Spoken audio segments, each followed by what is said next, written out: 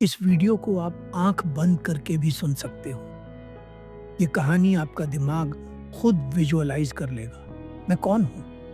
अगर आप भी इस प्रश्न का उत्तर जानना चाहते हैं, तो गौतम बुद्ध के जीवन की यह कहानी आपको ज़रूर समझनी चाहिए।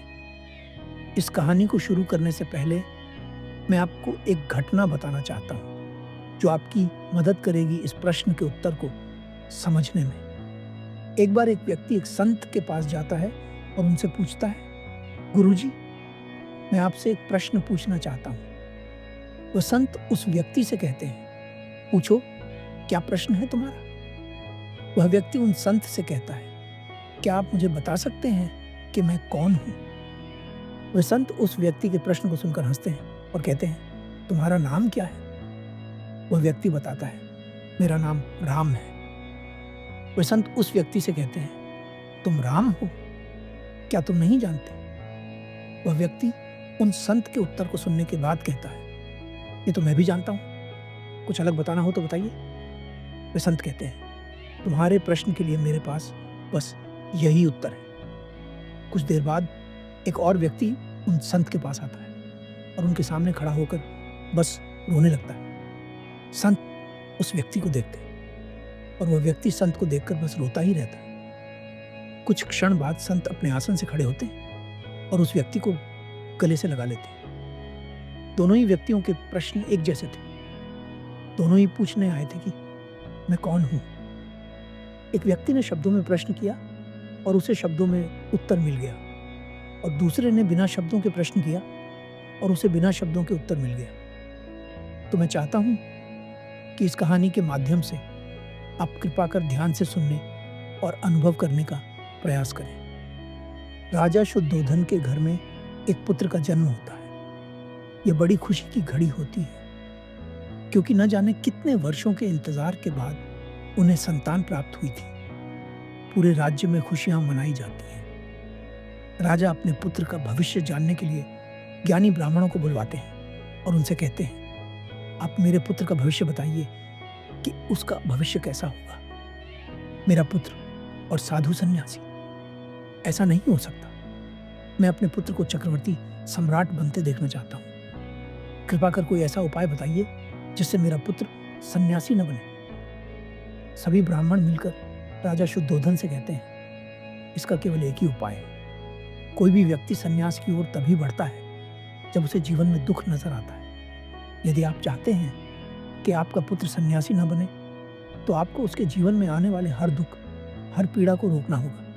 आपके पुत्र को किसी भी दुख या पीड़ा की परछाई भी नहीं दिखनी चाहिए। राजा ऐसा ही करता है। वह हर व्यवस्था करता है जिससे उसका पुत्र दुख से दूर रहे। समय बीतता है और सिद्धार्थ विवाह योग्य हो जाते हैं। राजा अपने पुत्र का विवाह एक सुंदर कन्या से करवा देता है, जिसका नाम यशोधरा होता है। सिद्धार्थ का विवाह होने के बाद राजा शुद्धोधन को पूरा विश्वास हो जाता है कि अब उनका पुत्र सन्यासी नहीं बनेगा। कुछ वर्षों बाद यशोधरा एक सुंदर पुत्र को जन्म देती है। राजकुमार सिद्धार्थ अब पिता बन जाते हैं। राजा शुद्धोधन को अब और भी विश्वास हो जाता है कि अब तो उनका पुत्र सन्यासी बिल्कुल नहीं बनेगा। एक दिन राजकुमार सिद्धार्थ अपने पिता के पास आते हैं और कहते हैं, पिताजी, आज तक मैंने अपने राज्य को नहीं देखा। यदि आपकी आज्ञा हो तो क्या मैं आज अपने राज्य का भ्रमण कराऊं? राजा शुद्धोधन बहुत खुश होते हैं, इसलिए वे अपने पुत्र को मना नहीं कर पाते। परंतु सिद्धार्थ के राज्य भ्रमण करने से पहले ही राजा शुद्धोधन राज्य के हर प्रमुख मार्ग को फूलों से सजवा देते हैं और पूरे राज्य में यह सूचना दे दी जाती है कि आज सिद्धार्थ भ्रमण के लिए आ रहे हैं। इसलिए कोई भी व्यक्ति उदास न दिखे। सिद्धार्थ को हर व्यक्ति हंसता हुआ दिखना चाहिए। सिद्धार्थ अपने सारथी चन्ना के साथ राज्य भ्रमण के लिए निकल पड़ते हैं। राज्य में हर व्यक्ति सिद्धार्थ को खुश और आनंदित नजर आता है। हर जगह खुशियां मनाई जा रही होती हैं। सिद्धार्थ का मन बहुत प्रसन्न होता है। कुछ दूर नगर में आगे चलने के बाद सिद्धार्थ अपने सारथी चन्ना से कहते हैं, मुख्य मार्ग से हटकर किसी दूसरे मार्ग पर चलो। सिद्धार्थ की बात सुनकर चन्ना थोड़ा हिचकिचाता है, परंतु क्योंकि सिद्धार्थ राजकुमार है, इसलिए उसे उनकी बात माननी पड़ती है।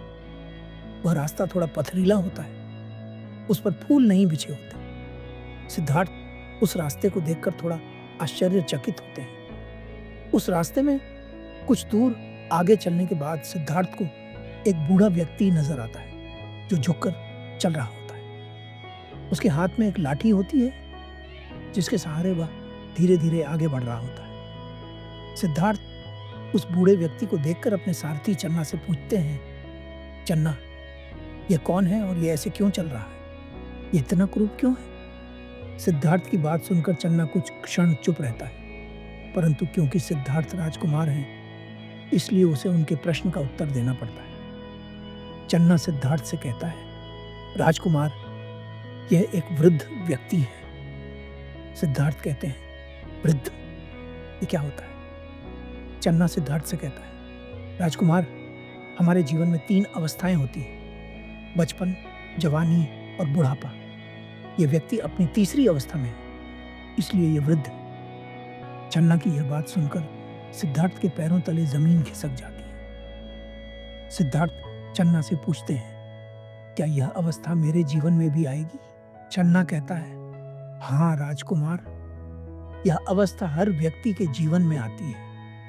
इतना सुनकर सिद्धार्थ चुप हो जाते हैं और अपने मन के प्रश्नों में उलझ जाते हैं। कहानी जारी रहती है और सिद्धार्थ को जीवन के सत्य का ज्ञान होता है। अंततः वे अपनी पहचान की खोज में निकल पड़ते हैं।